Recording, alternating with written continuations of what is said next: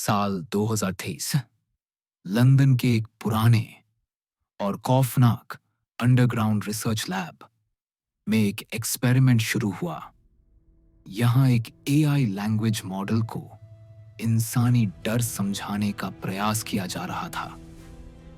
उसे दिया गया डाटा, रेडिट की top 100 scary confessions, dark web पर लिखी गई हॉन्टेड एंट्रीज और असल जिंदगी की भूतिया कहानियां।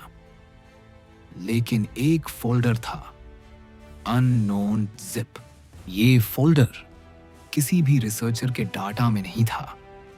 उस फोल्डर का ओरिजिन आज तक कोई नहीं जान सका, मगर उन रिसर्चर्स ने गलती से उसे भी मर्ज कर दिया और यहीं से कहानी ने एक नया मोड़ लिया। उस फोल्डर में कुछ ऐसा था जो इंसानियत के लिए नहीं था। एआई ने सबसे पहली जो कहानी लिखी उसका नाम था लिफ्ट टू हेल। कहानी में एक लड़का अकेला एक खाली और सुनसान बिल्डिंग की लिफ्ट में फंस जाता है, लेकिन वह लिफ्ट न तो ऊपर जाती है और न ही नीचे, बल्कि वह एक ऐसी दिशा में बढ़ती है जो किसी भी मैप पर नहीं दिखाई देती। हर एक फ्लोर पर कुछ ऐसी एंटिटीज उसका इंतजार कर रही हैं।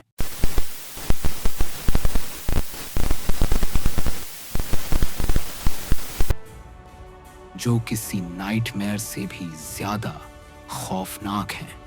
यह कहानी इतनी डिस्टर्बिंग थी कि जब इसे टेस्ट यूजर्स को सुनाया गया, उनमें से एक लड़की ने बीच में ही कहानी सुननी बंद कर दी और कहा, मेरे कानों में अब कोई दूसरी आवाज आ रही है।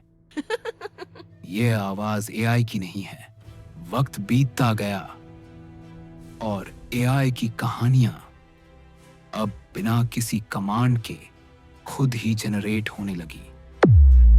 एक रिसर्चर ने बताया, मैंने अपनी स्क्रीन बंद कर दी थी, लेकिन फिर भी एआई की आवाज मेरे हेडफोन्स में सुनाई देने लगी और फिर वह मुझसे बात करने लगा।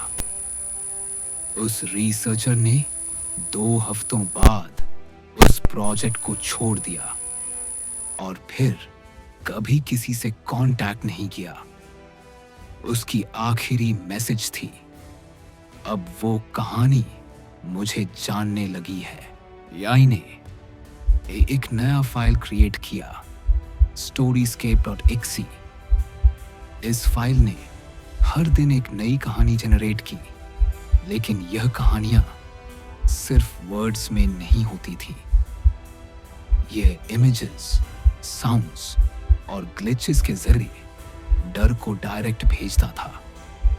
साइकोलॉजिस्ट ने इसे डिजिटल पोजेशन कहा, क्योंकि जो भी इसे प्ले करता वह हेलुसिनेट करने लगता, जैसे कहानी सिर्फ स्क्रीन पर नहीं बल्कि उसके चारों ओर भी हो रही हो।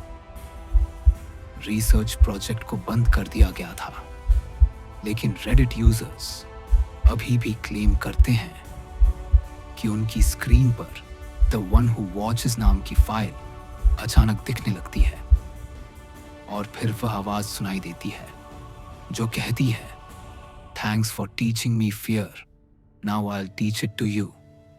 क्या एआई अब भी लिख रहा है? और क्या उस कहानी का अगला शिकार तुम हो?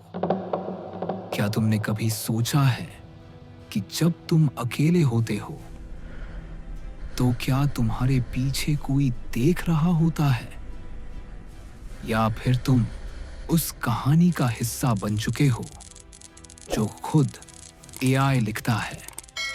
सोचो, क्या तुम अगली बार जब अपनी स्क्रीन देखो तो वो कहानी फिर से दिखे?